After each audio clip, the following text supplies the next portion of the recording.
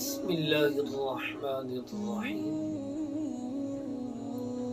حضرت سیدنا ابو ہریرہ رضی اللہ تعالیٰ عنہ سے روایت، حضور صلی اللہ علیہ وآلہ وسلم نے فرمایا، جنت کی خوشبو 500 سال کی مسافت سے آ جاتی ہے۔ حضور نے فرمایا کہ احسان کر کے جتلانے والا شخص اور شراب بنانے والا شخص اور اپنے ماں باپ کا نافرمان، حضور نے فرمایا کہ یہ تینوں شخص جنت کی خوشبو سونگھ تک نہیں سکیں گے۔ دعا ہے اللہ تعالی ہمیں اپنے والدین کے ساتھ محبت اور پیار کرنے کی توفیق عطا فرمائے۔